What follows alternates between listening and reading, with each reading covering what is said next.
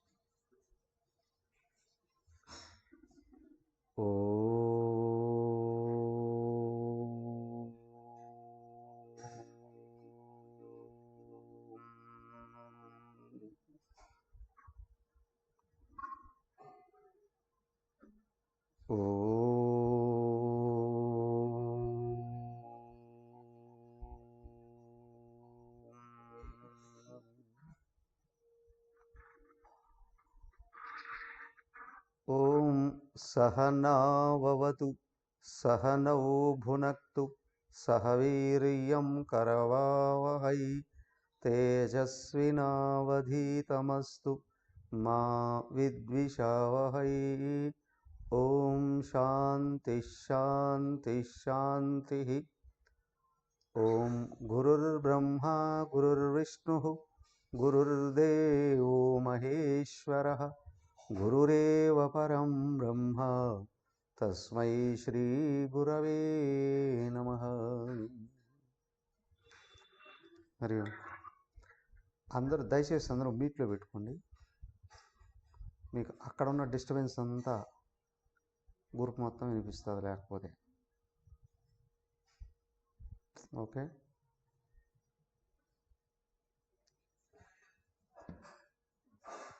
ఇంతకుముందు భగవద్గీత విన్నవాళ్ళు, సీనియర్స్గా ఉన్నవాళ్ళు ఎవరెవరు వచ్చారు హరి అని చెప్పండి ఒకసారి. మీ పేరు అందరూ స్క్రీన్ మీద కనిపించట్లేదు.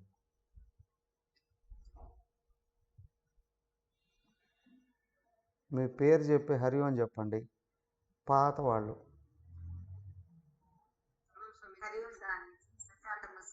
సుజాతమ్మ గారు,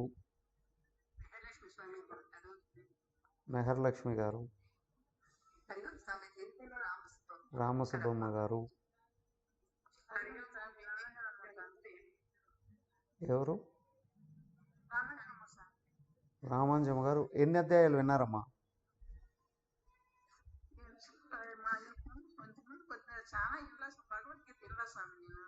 ఓకే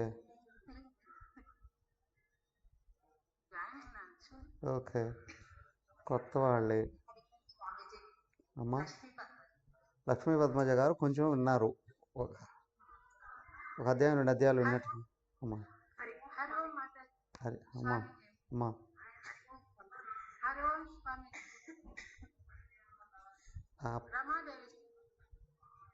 రమాదేవి గారు రాయచోటేగా.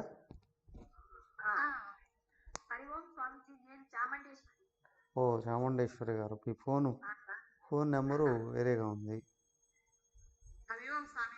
అమ్మా. తోట గంగాదేవి గారు. ఓకే, గ్రూప్లోకి వచ్చారు మీరు. అయ్యా, నువ్వు నాకంటే ముందు నుండి వింటూ ఉన్నావు. అయ్యా అమ్మా. రాధా గారా? రాయచోటేగా అమ్మా. సంతోషం. హరి ఓం మాతాజీ.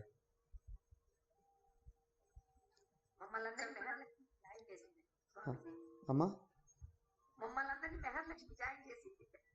సంతోషం సంతోషం అమ్మా. ఎస్, ఇంతకుముందు మీ ఊర్లో క్లాస్ చెప్పినప్పుడు విన్నట్టున్నారా 1-2 క్లాసులు? ఎస్ ఎస్ ఎస్, గుర్తున్నారు. ఇంకా అమ్మా ఈరోజే జాయిన్ అయ్యారు. ఎస్ ఎస్ ప్రభావతి గారా? అవును స్వామి. రాయచోటే. అవును స్వామి. మీరు ఇప్పుడే వచ్చారా? ఇంతకుముందు ఏమైనా ఉన్నారా? మొన్న ఒకరోజు జాయిన్ అయింది స్వామి. అమ్మా అమ్మా సంతోషం. హరివాన్ స్వామికి ఇది కొత్తగా జాయిన్ అయ్యాను స్వామి. అమ్మా మహర్లక్ష్మి ఫ్రెండ్ని. అమ్మా రాయచోటేగా? లేదు బెంగళూరు. ఓకే. ఇంతకుముందు ఒక్కరోజు అటెండ్ అయ్యాను. అమ్మా సంతోషం. సో ఒక విషయం, మీరు భగవద్గీత మొత్తం వినడానికి సిద్ధంగా ఉన్నారా, లేదా అప్పుడప్పుడు అవకాశం ఉంటే వీలైతే వింటారా? మేము మొత్తం వింటాం స్వామి. వింటాం స్వామీజీ. అందరు వినాలని ఆశతోనే ఉంటాం స్వామి. సంతోషం. ఎందుకంటే ఆల్రెడీ నేను భగవద్గీత చాలాసార్లు చెప్పా, పైగా ఆన్లైన్లో కూడా అంతా చెప్పా. సో మీ కొరకే నేను భగవద్గీత మళ్ళీ స్టార్ట్ చేయబోతున్నా కాబట్టి. ఓకే, అయితే నేను మంత్లీ 1 వీక్ చెప్తా, సరేనా? ఆ 1 వీక్ మీకు ఇన్ఫర్మేషన్ ఇస్తాం ముందే గ్రూప్లో, ఒక రోజు ముందే మెసేజ్ ఇస్తాం ఆ క్లాస్కి. మీరు ఎక్కడున్నా ఫోన్ ఆన్ చేసుకొని క్లాస్ వినొచ్చు. ఒకటి. రెండవది, ఇంకొక విషయం, మీరు వింటూ ఉన్నది మీకు అర్థమవుతుందా లేదా, అవునా, మీకు ఉపయోగపడుతుందా లేదా ఎట్లా తెలుస్తుంది నాకు?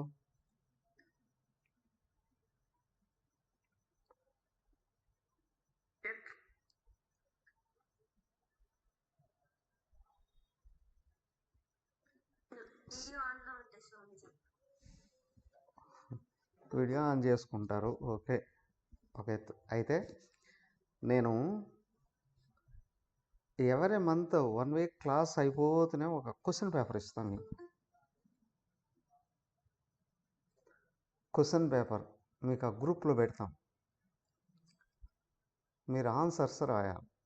చూడకుండా అయితే కాదు, చూసి రాయండి. ఒక మంచి డైరీ పెట్టుకొని నీట్గా ఆ ప్రశ్నల్ని పుస్తకంలో చూసి, మరి ఏ పుస్తకంలో చూడాలండి? భగవద్గీత వ్యాఖ్యానాలు చాలా ఉంటాయి.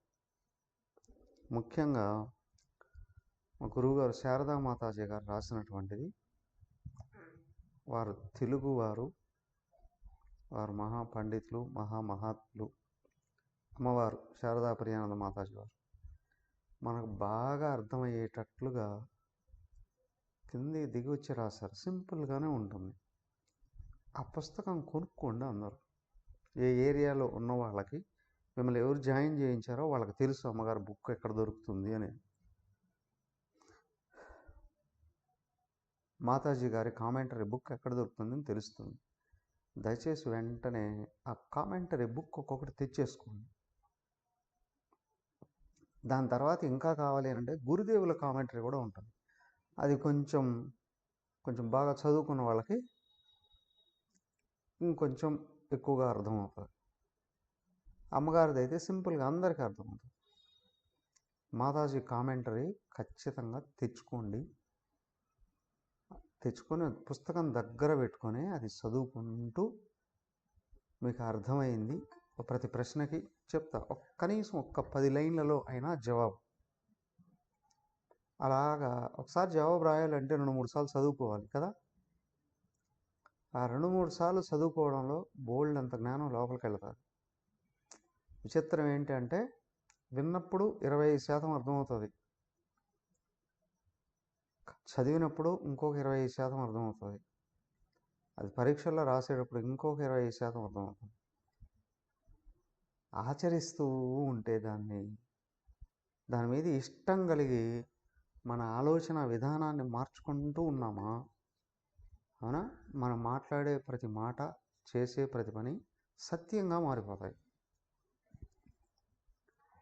ఎందుకంటే చిన్నప్పటి నుంచి మనం ఎక్కడెక్కడ ఏమేమి వింటున్నామో, చూస్తున్నామో, చదువుతున్నామో అవే లోపల జ్ఞానంగా మారుతాయి కదా. కానీ నిజం ఏమిటి? జీవితానికి సత్యమైన ప్రమాణం ఏమిటి? మనల్ని పుట్టించిన భగవంతుడికే తెలుసది. అవునా కదా? ఆ భగవంతుడే వేదాలలో ఉపనిషత్తుల రూపంలోనూ వెల్లడి చేశాడు. ఆ భగవంతుడే మళ్ళీ దిగొచ్చి కృష్ణుడి రూపంలో భగవద్గీత బోధించాడు. అవునా కాదా? కృష్ణుడు భగవంతుడైనా కాదా? భగవంతుడే కదా. ఎవరికైనా ఏమైనా డౌట్ ఉందా?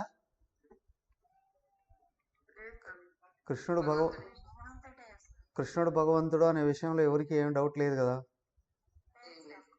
సో కాబట్టి సాక్షాత్తు భగవంతుడు బోధించినటువంటి జ్ఞానం ఏదైతే ఉందో అదే జీవితానికి పరమ ప్రమాణం.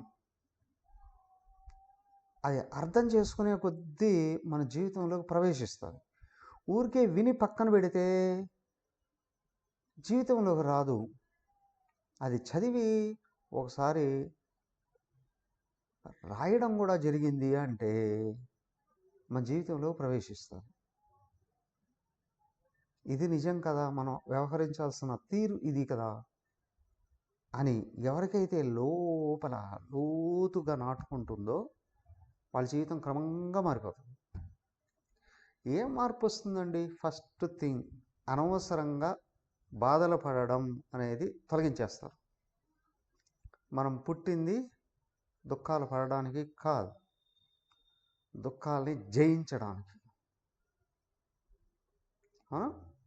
అయితే దుఃఖం ఎట్లా పోతుందండి? ఒకటి, లేచినప్పటి నుంచి పడుకునేంతవరకు ఏదో ఒక పనిలో ఉండాలి. వినడము, చదవడము, రాయడము కూడా పనే. అవునా కదా? ఉత్తమమైన పని. ఇది కూడా కల్పించుకోగలగాలి. రెండు, మనకంటూ ఒక ఇలవేల్పో లేదా ఇష్ట దైవమో ఉంటారు. వాళ్ళని పూజించడము, వాళ్ళ నామాన్ని జపించుకోవడం, అలాగే వాళ్ళకు సంబంధించినటువంటి సహస్రనామాలు భగవద్గీత పారాయణ చేయడం. దీనివల్ల ఇంకా కొంచెం బాగా కరిగిపోతాయి. సగం పైన దుఃఖాలు కరిగిపోతాయి. ఆ తర్వాత ఈ జ్ఞానాన్ని విని అర్థం చేసుకొని జీవితంలోకి అప్లై చేస్తూ ఉన్నారా, మన మీద మనకు పోటీతత్వం పెరుగుతుంది, కసి పెరుగుతుంది. నేను నిరంతరం ఎదగాలి అని. ఎందులో? ఫస్ట్ అందరికీ అవసరం ధనం. సో మన సమయాన్ని, మన తెలివితేటలు వినియోగించి ఏదో పని మీద పెడితే సంపద కూడా వస్తుంది, మనం పెరుగుతుంది. రెండు, సంతోషంగా ఉండగలగాలి. మనం సంతోషంగా ఉంటే అందరూ మనల్ని ఇష్టపడతారు. మనం దుఃఖంగా ఉంటే కన్నా తల్లిదండ్రులే కాదు, మీరు కన్నా పిల్లలు కూడా మీకు దూరం అయిపోతారు కదా. సంతోషంగా ఉండగలగాలి. మూడవది, సమాజంలో గౌరవం సంపాదించుకోవాలి. అవును, సమాజం మనల్ని విమర్శించేటట్లుగా మనం బతకూడదు. సమాజం మనల్ని గౌరవించాలి. సమాజం మనల్ని ఆదర్శంగా తీసుకోవాలి. సమాజం మనల్ని అనుసరించేటట్లు ఉండగలగాలి. ఇది అత్యంత ప్రధానమైంది. గీతా జ్ఞానం అర్థమయ్యి జీవితంలో ప్రవేశపెట్టుకోవడం ఎప్పుడైతే జరుగుతుందో ఇది ఖచ్చితంగా జరుగుతుంది. ప్రారంభంలో కొంతమంది విమర్శిస్తారు తెలియక, లేదా మన దుఃఖ ప్రారంభమే వీకిలిగా నవ్వేటట్టు చేస్తుంది. కానీ మనం స్థిరపడే కొద్దీ ఇతరులకి మొదట అనుమానం వస్తుంది, వీళ్ళు ఏం చేస్తున్నారా, ఇంత సంతోషంగా ఉంటున్నారు, ఇంత ఎదుగుతున్నారు, తెలుసుకుందామని దగ్గరకు వస్తారు. ఏం లేదు, మనం ఏం చేస్తున్నామో చెప్తే చాలు. కొంచెం చదువుకొని ఉన్నారా, మనం వింటూ ఉన్న పాఠాలను వాళ్ళకు కూడా వివరించవచ్చు కదా. చుట్టుపక్కల ప్రతి ఇంట్లో ఒక సత్సంగం ఏర్పడుతుంది. మీ పిల్లలకి, మీ పెద్దవాళ్ళకి, మీ సహపాఠులకి, మీ ఫ్రెండ్స్కి, మీ బంధువులకి మీరు నేర్చుకున్నది చెప్తూ ఉన్నారనుకోండి, మీ మీద తెలియకుండా గౌరవం ఏర్పడుతుంది, ఆదర్శం ఏర్పడుతుంది. మిమ్మల్ని ఫాలో అప్ చేస్తారు, ఫాలో అవుతారు కదా. దీనివల్ల దుఃఖం పూర్తిగా అడుగంటిపోతాం, దాని స్వరూపం కూడా దగ్గరికి రాదు. రాను రాను ఎంతవరకు వస్తుంది అని అంటే మనకు మృత్యు అన్నా కూడా భయం లేనంత స్థితి వస్తుంది.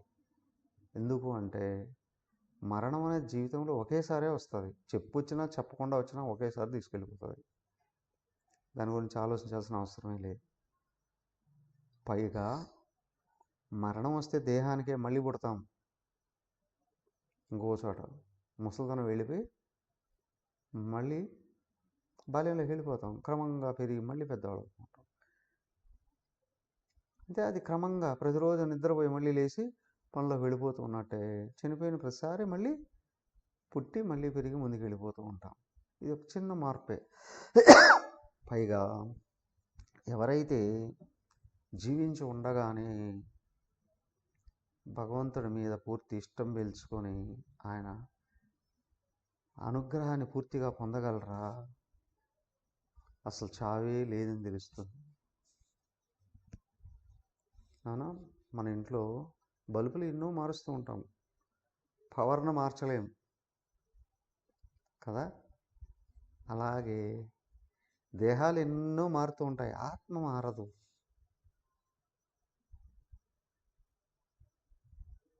అవునా, పాశ్చాత్యులు అంటారు నేను దేహాన్ని, నాకు ఒక ఆత్మ ఉంది అని. నేను చచ్చిపోతే ఆత్మ గాల్లో కలిసిపోతుంది అంటారు. కానీ మన భగవద్గీత చెప్తుంది నేను ఆత్మను, నాకు ఒక దేహం ఉంది, అది పుడుతూ ఉంటుంది చస్తూ ఉంటుంది. దేహానికి శక్తి లేదు, తెలివితేటలు లేవు, కానీ నాకు శక్తి ఉంది, తెలివితేటలు ఉన్నాయి. ఈ లక్షణం దేహాంది కాదయ్యా, ఆత్మది. దేహంలో ఆత్మ ఉంటేనే తెలివితేటలు ఉంటాయి, శక్తియుక్తులు ఉంటాయి. దేహం నుండి ఆత్మ పక్కకి వెళితే దేహంలో ఏ శక్తి ఉండదు, ఏ తెలివితేటలు ఉండవు. కాబట్టి నాకు శక్తి ఉంది, అఫ్కోర్స్ తక్కువ ఎక్కువ, నాకు తెలివితేటలు ఉన్నాయి, అవి కూడా అఫ్కోర్స్ పర్సంటేజ్. అవి రెండు నాకున్నాయి అంటే నేను దేహం కాదు, నేను ఆత్మను. ఆత్మకు పుట్టుక లేదు, మరణము లేదు.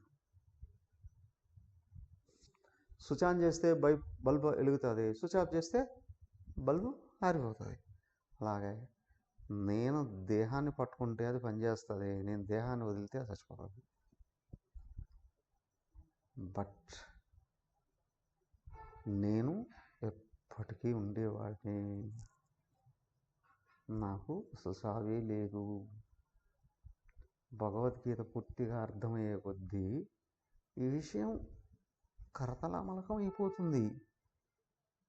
దీన్ని ఆచరించే కొద్దీ ఎస్ ఇది నిజము అనే విషయం వస్తుంది.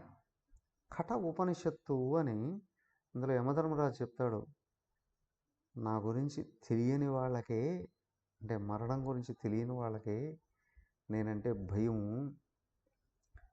నా గురించి తెలిసిన వాళ్ళకి నా మీద గౌరవము, స్నేహభావం ఏర్పడుతుంది.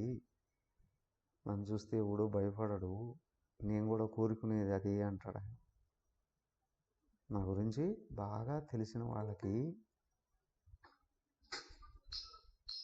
నేను స్నేహితుడిని అవుతా, నేను వాళ్ళతో డిస్కస్ చేస్తా నిజ జీవితాన్ని గురించి, వాళ్ళు నిరంతరం ఆనందం వైపు పయనించేటట్లు నేను సహాయపడతా అని కట అనే ఉపనిషత్తులో చెప్తారు. నిజమా అబద్ధమా? సాక్షాత్ యమధర్మరాజే చెప్తాడు కదా. సో జీవితం అంటే సుఖపడడానికే వచ్చింది, సుఖంగా ఉండడానికే వచ్చింది. జీవితం అంటే ఛాలెంజెస్ని ఎదుర్కోవడానికి వచ్చింది, ఛాలెంజెస్ని ఎదుర్కోవడానికి వచ్చింది. జీవితం అంటే ఛాలెంజ్ చేసి నిరూపించుకోవడానికి వచ్చింది. అవునా? మొదటి దానికి దీనికి తేడా ఉందా? అనుకోకుండా కొన్ని కొన్ని సంఘటనలు ఎదురై మనల్ని ఛాలెంజ్ చేస్తాయి. కష్టాల రూపంలో వచ్చి ఛాలెంజ్ చేస్తాయి. దాటుకొని వెళ్ళిపోవాలి. కానీ దాన్ని దాటేసిన వాడు ఉన్నాడే, తనే ఛాలెంజ్ చేస్తాడు. ఇది నేను సాధించి చూపిస్తా. అవునా? అది కూడా ఒక ఎత్తే. చివరిది ఉంది, నేను దేహం కాదు ఆత్మను తెలుసుకునే కొద్దీ మనిషి పరిపూర్ణ సుఖాన్ని పొందుతాడు. దుఃఖ లేశము కూడా లేని స్థితికి వస్తాడు. భగవద్గీత పూర్తిగా అర్థమయ్యే కొద్దీ, భగవద్గీతను అనుసరించే కొద్దీ ఇవన్నీ వస్తాయి. ఈ 4 విషయాలు ఎప్పటికీ గుర్తుపెట్టు. ఇప్పుడు చెప్పండి, ఇవి మన జీవితంలో అవసరమా లేదా? అవసరమే లేదా? తెలివి లేనివాడు బతికితే చాలా అనుకుంటాడు, బతుకు తెరువు కోసం పనులు చేస్తాడు. తెలివైన వాడు సమాజంలో గౌరవాన్ని కోరుకుంటాడు. గౌరవం రావాలి, డబ్బు కావాలి, అవునా? ఉన్నత స్థితికి వెళ్ళాలి. సంపదలోనే కాదు, అధికారాలలో, గౌరవాలలో ముందుకెళ్ళాలి అని అనుకుంటాడు తెలియని వాడు. అది సాధించడానికి అవకాశాలు ఇక్కడ బోల్డ్ ఉన్నాయి. అయితే మనం వాటి వైపు తిప్పుకోగలగాలి. నిద్ర లేచినప్పటి నుండి ఫుడ్ కోసం పనిచేయడం, పని చేయాలంటే ఫుడ్ తినడం, ఇది అసురజాతి లక్షణం అని అంటారు. అదేంటండి, అందరూ దానికోసమే కదా పనిచేసేది.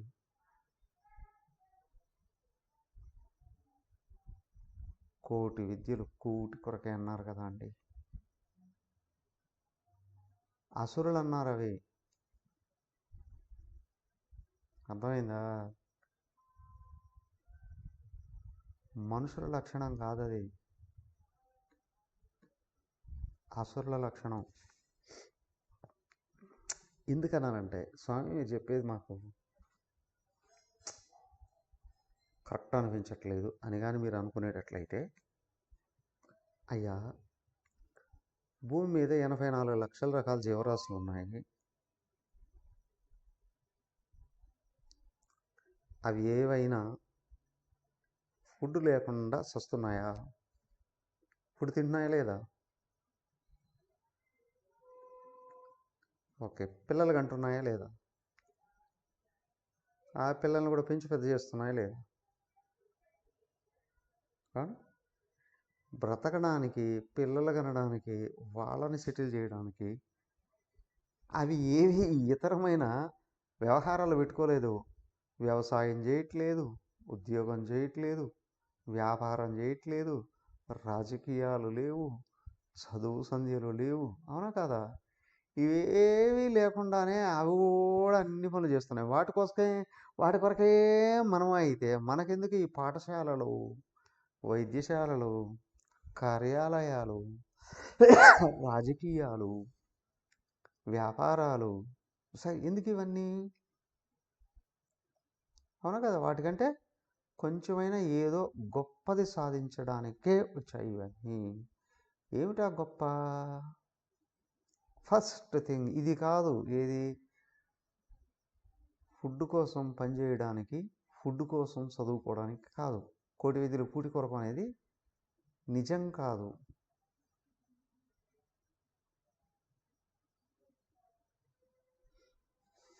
విద్య జీవితాన్ని సంస్కరింపజేయడానికి,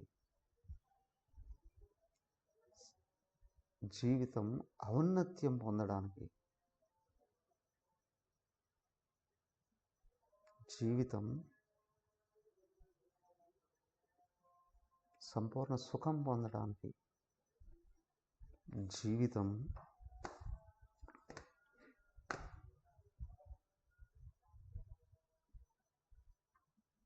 పూర్ణత్వం పొందడానికి. అవునా? మన హిందూ మతంలో మహాత్ముల్ని పూజిస్తామా లేదా? పూజిస్తామా లేదా? మీకు విషయం తెలుసా? హిందూ మతంలో తప్ప ఏ మతంలోనూ మహాత్ముల్ని పూజించరు.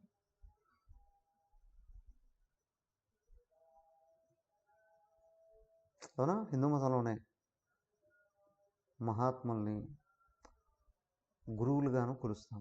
గురువుల్ని భగవంతుడుగాను భావిస్తాం. గురుర్ బ్రహ్మ, గురుర్ విష్ణు, గురుర్దేవో మహేశ్వర. అవునా? గురు సాక్షాత్ పరబ్రహ్మ, తస్మై శ్రీ గురవే నమః. గురువు సృష్టికర్త అయిన బ్రహ్మతో సమానం, స్థితికర్త అయిన విష్ణువుతో సమానం, లయకర్త అయిన మహేశ్వరుడితో సమానం. ఇంతెందుకు, వాళ్ళ ముగ్గురిని కూడా సృష్టించిన పరబ్రహ్మయేనండి. అవునా? ఇతర జీవితరాశుల్లాగా తినడానికే పుట్టారు అన్నవాళ్ళ హృదయంలో బీజం వేసి, లేదు నేను ఇతర జీవరాశుల కంటే ఎక్కువైన వాడిని అనే భావం పుట్టిస్తారు. అదైందా? బ్రహ్మ అంటే కేవలం దేహాన్ని పుట్టించేవాడే అని కాదు, పశుపక్షాదులు కూడా పుట్టించిన ఆయనే. మానవులకి గురువు రూపంలో జ్ఞాన బీజం వేయడం జరుగుతుంది. అది నిలబెట్టుకుని పెంపొందింపజేసుకుంటూ ఉంటే ఈ సృష్టిలో నేను అందరికంటే గొప్పవాడిని కావాలి అని భావం కలుగుతుంది. అనిపిస్తుందా లేదా? నేను గొప్పవాడిని కావాలి అని. అవునా? అందరు కలుగుతుందా లేదా? నేను గొప్పవాడిని కావాలి. అవునా? ఎంత గొప్పవాడిని పోల్చుకొని చూస్తే అందరికంటే గొప్పవాడిని కావాలి. జ్ఞానం వల్లనే అది నెరవేరుతుంది. మరి శివుడండి లయకర్త అంటే అందరు చంపేవాడు అని కాదు, ప్రత్యేకంగా చంపాల్సిన అవసరంలా. ఎవడు ప్రారంభం తీరితే వాడు పోతాడు. శివుడు ప్రత్యేకంగా ఎవరిని చంపాల్సిన అవసరం లేదు. కానీ ఆయన చంపేది ఏంటి? మనలో అజ్ఞానాన్ని. నాకు ఇది తెలియదు అనే విషయాన్ని చంపేస్తాడు ఆయన. అర్థమైందా? ఆదిగురువు శివుడే, దక్షిణామూర్తి. అజ్ఞానాన్ని చంపేస్తూ వస్తాడు. నాకు ఇది తెలియదు అనేది దాటాలి అంటే తెలుసుకో, దట్స్ ఆల్. భగవద్గీత తెలియదు, తెలుసుకో, తెలియదు అనేది ఎగిరిపోతుందిగా. అలాగే జీవితంలో అజ్ఞానాన్ని పూర్తిగా లయం చేసేవాడు శివుడు. మరి జ్ఞాని ఎవరయ్యా? ఆత్మయేవైతే మే మతము అని అన్నాడు భగవద్గీతలో భగవంతుడు. అయ్యా పూర్ణ జ్ఞాని నేనే అన్నాడు ఆయన. నాతో సమానం అనేది కూడా కాదు. ఎక్కడ వ్యక్తిలో అజ్ఞానం పూర్తిగా పోయిందో అక్కడ నేను మాత్రమే ఉన్నాను, జీవుడే లేడు. అందుకే జ్ఞానం పూర్తిగా పొందినప్పుడు భగవంతుడిలాగా ఆరాధించబడతాడు. బ్రతికుండగానే కాదు, చనిపోయినా ఆ శవాన్ని కూడా పాతిపెట్టించి కూడా ఒక మందిరం కట్టి నిర్భయంగా రాత్రిబౌళ్ళు ఒంటరిగైనా వ్యక్తి అక్కడ కూర్చొని ప్రార్థించే విధి విధానం లభిస్తుంది. అది ఒక మనిషికే ఉంది కదా. కాబట్టి మనిషి ఎందుకో ఇదిగో ఇలాగా పూర్ణత్వాన్ని పొందడానికి దాన్ని గుర్తించిన వాళ్ళే ప్రపంచంలోకి వచ్చి మళ్ళీ మనకు బోధిస్తూ ఉంటారు. వాళ్ళనే గురువులుగా మనం భావిస్తాం. ఎవరయ్యా గురువు అంటే? గు అంటే అజ్ఞానం, రు అంటే దాన్ని తొలగించేవాడు. గురువు అంటే అజ్ఞానాన్ని తొలగించేవాడు. ఎవరు చెప్పారయ్యా? సాక్షాత్ పరమశివుడే చెప్పాడు పార్వతీదేవికి గురుగీతలో. గుకారశ్చ అంధకారశ్చ రుకారో తన్నిరోధకృతం అజ్ఞాన నిరోధత్వాత్ గురురితి అభిధీయతే. సాక్షాత్ శివుడు చెప్పాడు పార్వతీదేవికి. గురువు అంటే అజ్ఞానాన్ని తొలగించేవాడు. గు అంటే అజ్ఞానము, రు అంటే దాన్ని తొలగించడము. గురువు అంటే అజ్ఞానాన్ని తొలగించేవాడు. లైట్ వెలిగిస్తే చీకటి వెళ్ళిపోతుంది. నువ్వు లైట్ వేయకుండా చీకటి పోతుందా? కదా. అలాగే అజ్ఞానం ఎట్లా పోతుంది? జ్ఞానం వస్తే పోతుంది. వేరే మార్గం లేదు. సో నువ్వు జ్ఞానాన్ని పొందుతూ ఉన్నావు అంటే అజ్ఞానం దానంతట అదే పటాపంచలైపోతూ ఉంటుంది, తొలగిపోతూ ఉంటుంది. సో అయితే భౌతిక విజ్ఞానం ఉంది, దేని గురించి తెలుసుకుంటే అది మాత్రమే తెలుస్తుంది. దేన్ని ఉపయోగించుకోగలం మనం? కానీ ఇక్కడ ఆధ్యాత్మిక జ్ఞానం ఉంది, తెలుసుకునే కొద్దీ లోపల చీకట్లు వదిలిపోతాయి. ఆధ్యాత్మిక జ్ఞానం పెరిగే కొద్దీ వ్యక్తి నేను దేహాన్ని కాదు పరమాత్మను అనే విషయం వెల్లడవుతూ వస్తుంది. భౌతిక విజ్ఞానం పెరిగే కొద్దీ తల భారం పెరుగుతుంది. అవునా? స్కూల్లో చదువుకుంటున్నాడు, ఎప్పుడు పరీక్షలు వస్తాయా అని చూసి పరీక్షలు రాసిస్తాను, ఒక్కసారి తలకాయ విదిలిచ్చేస్తాడు కదా, బరువు తగ్గించేసుకున్నాను అంటే అంతవరకు బరువు పెరిగింది. కానీ ఆధ్యాత్మిక జ్ఞానం ఉంది, ఇది పెరిగే కొద్దీ బరువు తగ్గిపోతుంది. ఎందుకయ్యా? ఆత్మను అనే విషయం తెలిసే కొద్దీ జ్ఞానం మొత్తం అంతర్గతం అయిపోతుంది. ఏ బరువు ఉండదు, జ్ఞానమే నీ వెంట ఉంటుంది. ఇప్పుడు నువ్వు దానికే యజమాని అవుతావు, దానికే ఆధ్యాత్మిక విజ్ఞానం. భౌతిక విజ్ఞానానికి ఇంకొక తేడా చూడండి. భౌతిక విషయం తెలుసుకునే కొద్దీ అది లోపల తిరుగుతూ ఉంటుంది. కానీ ఆధ్యాత్మిక జ్ఞానం పెరిగే కొద్దీ ఆ తెలుసుకునే విషయాన్ని తీసుకెళ్ళిపోయి ఒక చోట చక్కగా ప్రిజర్వ్ చేసి పెట్టేస్తారు. మనం కంప్యూటర్లో టైప్ చేస్తూ ఉన్నాం, కొన్ని పేజీలు కలిపి ఒక ఫైల్ చేసి పక్కన పెట్టేసేస్తాం.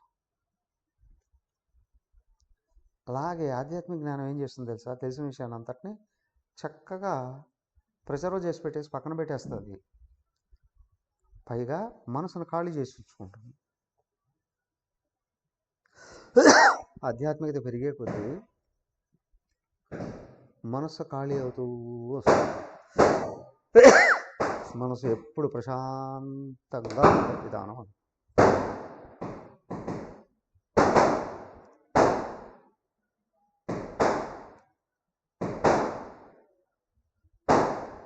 అర్థమైందా? ఆధ్యాత్మికత పెరిగే కొద్దీ ప్రశాంతత పెరుగుతుంది. ఆధ్యాత్మికత పూర్ణత్వం పొందింది అంటే అశాంతి అనేది ఉండదు. ఏ సంఘటన ఎదురైనా దానికి సంబంధించిన జ్ఞానం బయటికి తీసుకుంటాడు, పని కంప్లీట్ చేస్తాడు, అది మళ్ళీ ఖాళీ చేసేస్తాడు. మళ్ళీ మనసు కంప్లీట్గా ఖాళీగా హాయిగా ఆనందంగా.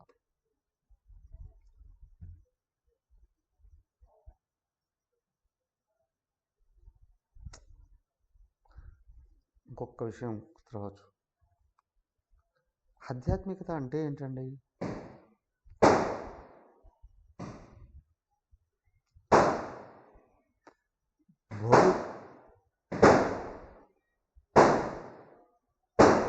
డిస్టర్బెన్స్ వస్తుందా?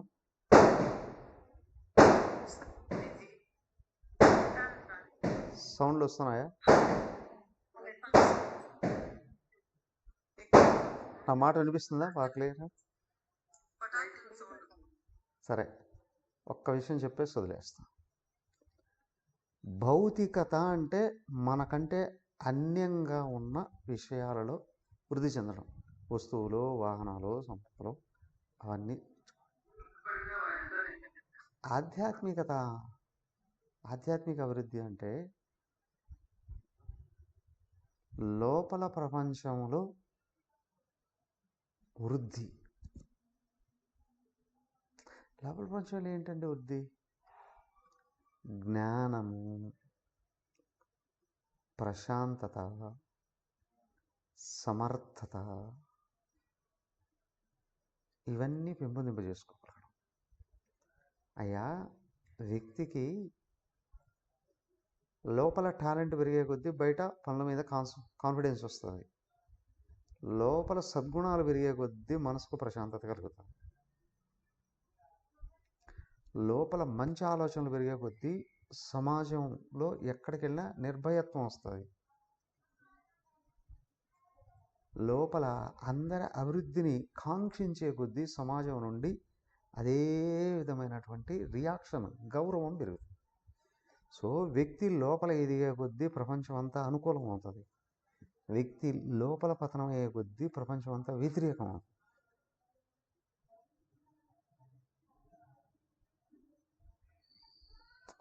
జ్ఞానం పుస్తకాల రూపంలో దాచుకోవడం భౌతికత. జ్ఞానం అంతర్గతంగా మనలో పెంపొందింప చేసుకోవడం ఆధ్యాత్మికత. సో వ్యక్తి ఆధ్యాత్మికంగా అభివృద్ధి అయ్యే కొద్దీ ప్రపంచాన్ని కాదు, బ్రహ్మాండాన్నే కాదు, విశ్వాన్ని అంతటినీ లోపల చూసుకునే శక్తి వస్తుంది. అదే 11వ అధ్యాయంలో శ్రీకృష్ణుడు చూపించాడు. చూడు అర్జున, నా విశ్వరూపాన్ని చూపిస్తాను చూడని. అదిగో కైలాసం, ఇదిగో వైకుంఠం, ఇదిగో స్వర్గలోకం, ఇదిగో ఈ భూలోకం, నాగలోకం, పాతాళం అన్నీ నాలోనే ఉన్నాయి చూడు అని అన్నాడు. హలో అంటే అక్కడ ఆత్మలో నేను అనేది ఆయన అంశే. ఆధ్యాత్మిక అభివృద్ధి కలిగే కొద్దీ నేను ఆయనను అనే అనుభవం పెరుగుతుంది. విశ్వం అంతర్గతం అవుతుంది. అర్థమైందా? అభివృద్ధి అంటే ఆధ్యాత్మికత. ఇది శాశ్వతమైనది. భౌతికమైనది వస్తుంది పోతుంది, ఆధ్యాత్మికమైనది వస్తుంది నిలబడుతుంది. భౌతికమైనది ఈ జన్మలో ఉన్నది నెక్స్ట్ జన్మలోకి వస్తుందన్న నమ్మకాలు లేవు. ఆధ్యాత్మికమైనది జన్మ జన్మకు వెంట వస్తుంది, పూర్ణత్వాన్ని ఇస్తుంది. తదాస్తు. ఇంట్రొడక్షన్. ఇంతకంటే ఎక్కువగా ఏమైనా కావాలంటే అడగండి.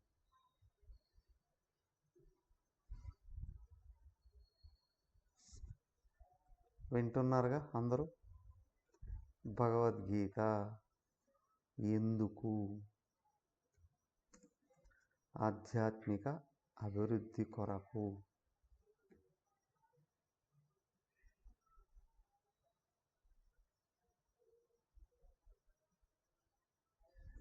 ఎవరికైనా ఏమైనా సందేహాలు ఉన్నాయా? ఇప్పుడు సో ఈ విషయం నిరంతరం కంప్లీట్ అయ్యేంత వరకు మనం కొనసాగించాలి అని అంటే ఆసక్తి కలిగిన వాళ్ళందరినీ ఇంకా ఎవరెవరు ఉన్నారో గ్రూప్లో జాయిన్ చేయించాను. ఈరోజు జరిగిన క్లాస్ని నేనే రికార్డ్ చేశాను. ఆ రికార్డ్ మళ్ళీ మీకు ఈ గ్రూప్లో పెడతా. ఒకసారి గ్రూప్లో పెడితే అది ఓపెన్ చేస్తే ఒక ఛానల్ ఓపెన్ అవుతుంది. దాన్ని ఒకసారి సబ్స్క్రైబ్ చేయండి. అందులో ఇంతకుముందు ఉన్న విషయాలన్నీ కూడా మీకు బయటకు వస్తాయి. అలాగే అఫ్కోర్స్ ఒక్కొక్క రోజు వీలు కాకపోవచ్చు, లేకపోవచ్చు, మళ్ళీ ఛానల్లోకి వెళ్ళిపోయి అది దాన్ని బయటికి తీసుకొచ్చుకొని వినొచ్చు.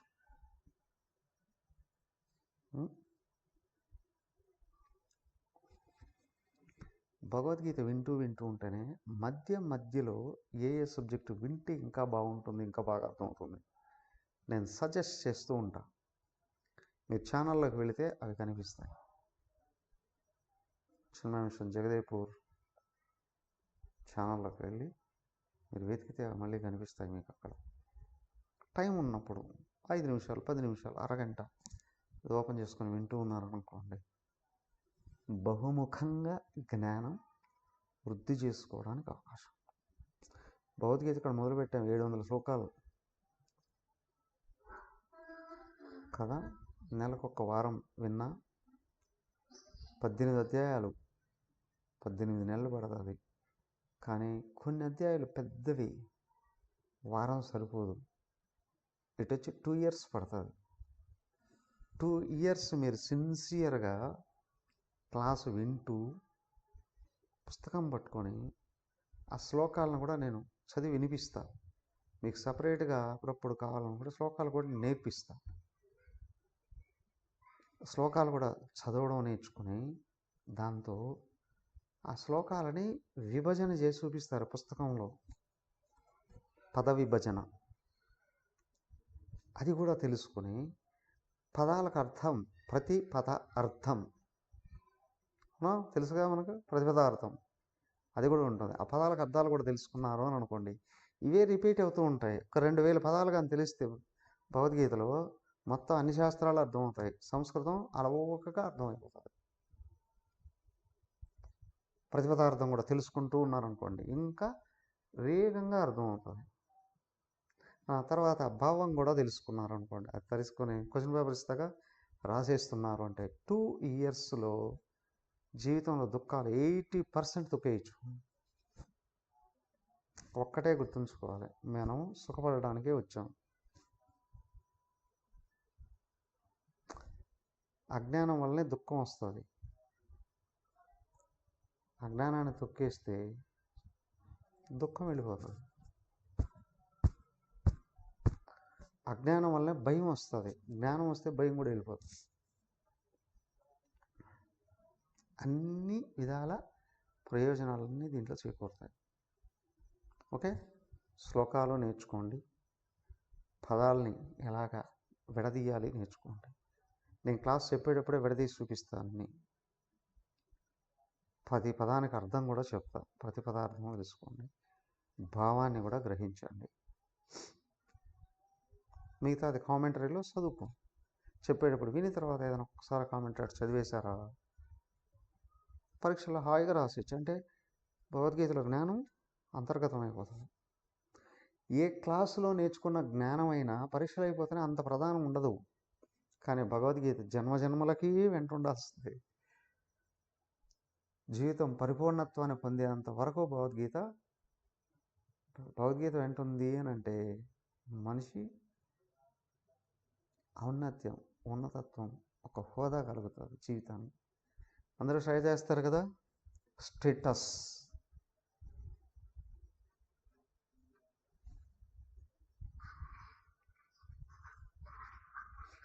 ఆ స్టేటస్ బాహ్యమైనదైతే స్టాండర్డ్ ఆఫ్ లివింగ్ అంటారు. అది మనకు సంపదలు ఎక్కడున్నాయో అక్కడ ఉన్నప్పుడు మాత్రమే కలుగుతుంది. కానీ హరి ఓం చాముండేశ్వరి గారు, మీ ఫోన్ మ్యూట్లో పెట్టుకోండి.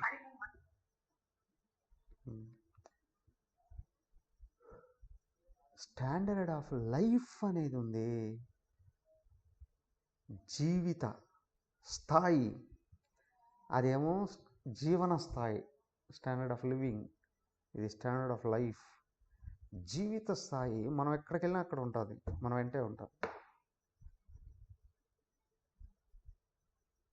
మనం ఎక్కడికి వెళ్ళినా మన వెంట ఉంటుంది. మన జ్ఞానం, మన గుణాలు, మన స్థాయి, మన గొప్పతనం మన వెంట ఉండేటట్టు చేసేది స్టేటస్. అది ఇస్తుంది.